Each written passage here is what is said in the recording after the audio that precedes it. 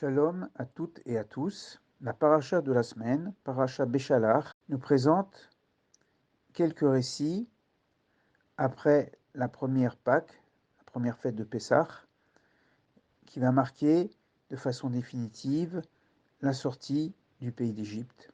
Tout d'abord, la traversée de la mer, Yam Souf, qui s'ouvre miraculeusement devant les enfants d'Israël et qui se referme sur l'armée de Pharaon. Le cantique qu'on appelle Shiratayam, le chant de la mer, le premier chant offert par tout un peuple à l'Éternel, et la traversée du désert qui commence pour aller vers le mont Sinaï, et les enfants d'Israël vont découvrir cette nourriture miraculeuse qui tombe du ciel. C'est la manne.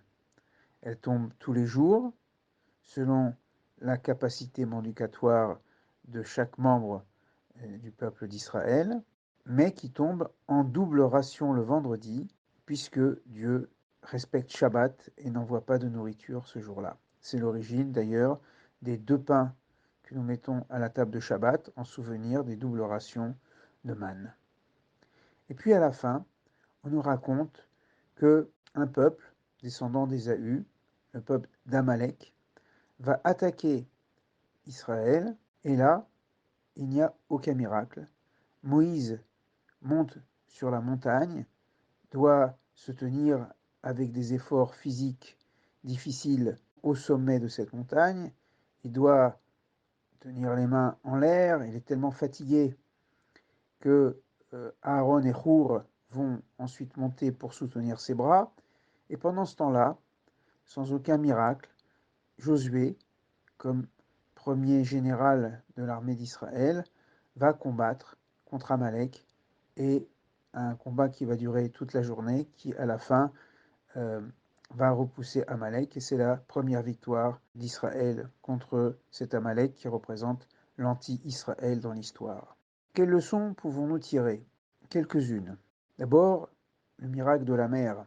Bien sûr, on peut l'entendre comme l'ouverture et la fermeture des eaux, mais aussi on peut l'entendre sur un plan symbolique, c'est-à-dire que finalement, devant l'adversité, nous sommes capables de surmonter les épreuves, alors que les Égyptiens vont se noyer finalement dans leur propre haine.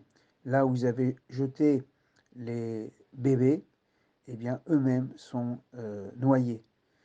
Donc, quelle que soit la nature des miracles, comme dit Maïmonide, il faut être présent pour pouvoir en témoigner, mais la leçon signifie que l'Égypte se noie dans sa propre violence et les enfants d'Israël sont libres. Ensuite, le miracle de la manne, qui veut dire que dans un premier temps, Dieu s'occupe du peuple d'Israël comme des parents s'occupent de leurs enfants.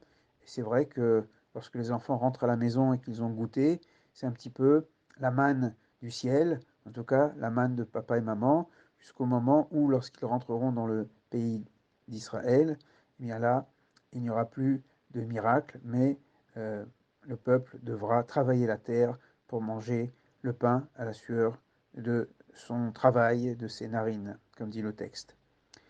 Et puis à la fin, il n'y a plus de miracle non plus, c'est-à-dire qu'il faut se battre contre l'ennemi.